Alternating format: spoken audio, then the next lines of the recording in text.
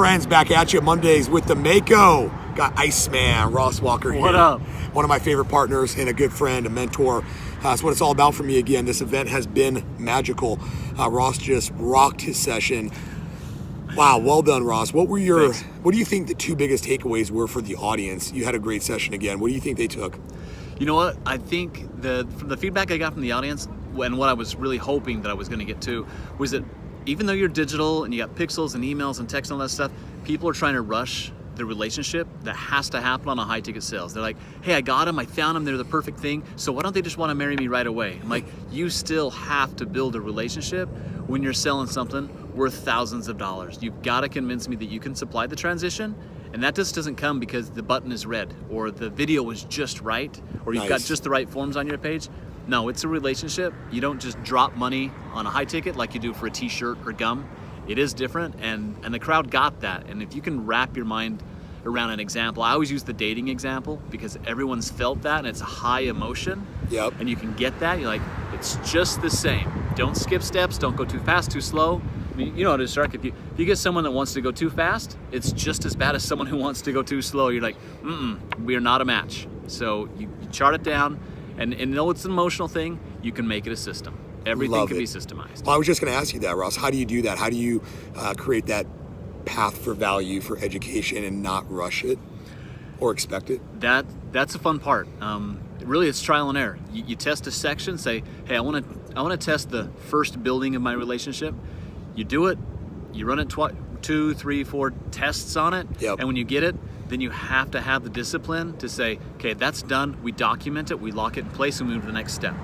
And when it's documented and everybody knows it and it's referred to, not just written down for history to read, but Infusionsoft is so easy to make it, you make it see it again. Like in my own script, I make the freaking funnels for everybody. When I have a sales call, I get an email from Ross Walker that says, Ross, this person's all about to be on the phone, and here's your sales script. It's a link for myself to see my sales script right there. You have to. Wow. Because if you think you're so good that you'll remember it, you're wrong. You got to write it down. Amazing. You got to personalize this, guys. Ross, talk a little bit about what it is that you do and where you're located. All right, so I'm out of northern Utah, which is so not where we are. This is so amazing. Like, we have melting snow at my house right now, so I'm so happy to be in San Diego. And what I do, I run 3-step marketing. That's 3step.marketing, not .com. I decided to be the brave one and leave the .com behind. Love it. And my focus is exactly that. I help people build funnels for high ticket sales. So if your core offer is more than $2,000, that's what I specialize in. Love it, brother. Ross has worked with some really cool big names. I think Ross is one of the leaders in funnel hacking, and I'm pleased that I get to learn and grow with him. Ross, what are 3 big things that you're working on right now? And guys, get my big 3 in the content for this week. But Ross, dig into your big 3. Okay, so the number 1, and I have big 3 because every quarter we're working on 3. Yep. Right? So one that is really tough for me, this is a new area. I've owned businesses in the past, and they've always been localized.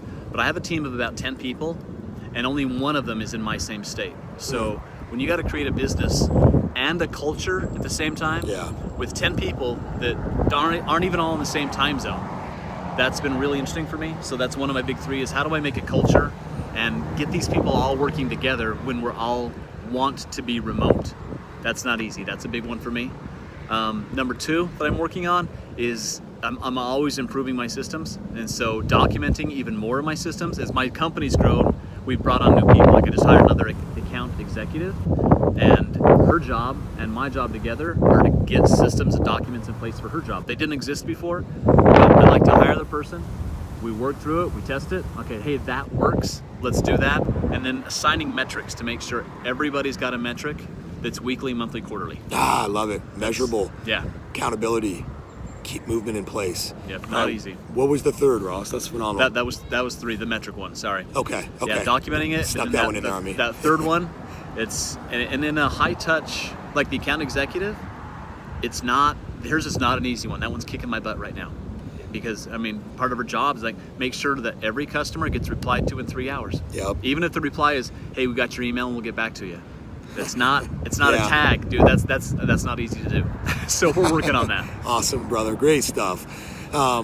Ross, I call Ross Iceman because he's an ice cream freak. It is a problem. It's a good problem. It's a good problem to have. We had 2 great dessert nights here.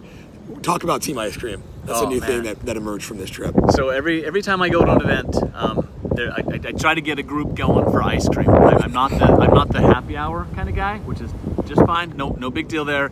But I go for ice cream, and before I go, I actually go research and find the best ice cream places in town, because you cannot get a group of people together over ice cream and not become friends. And that's what these events are about. I mean, if you share an ice cream with someone, dude, Truth, I saw it twice. It's friends. You're just gonna know each other both nights, and there's something fun. And I'm not gonna judge people, but you learn a lot about someone by what flavor of ice cream they order. I'm telling you what, you will learn a lot.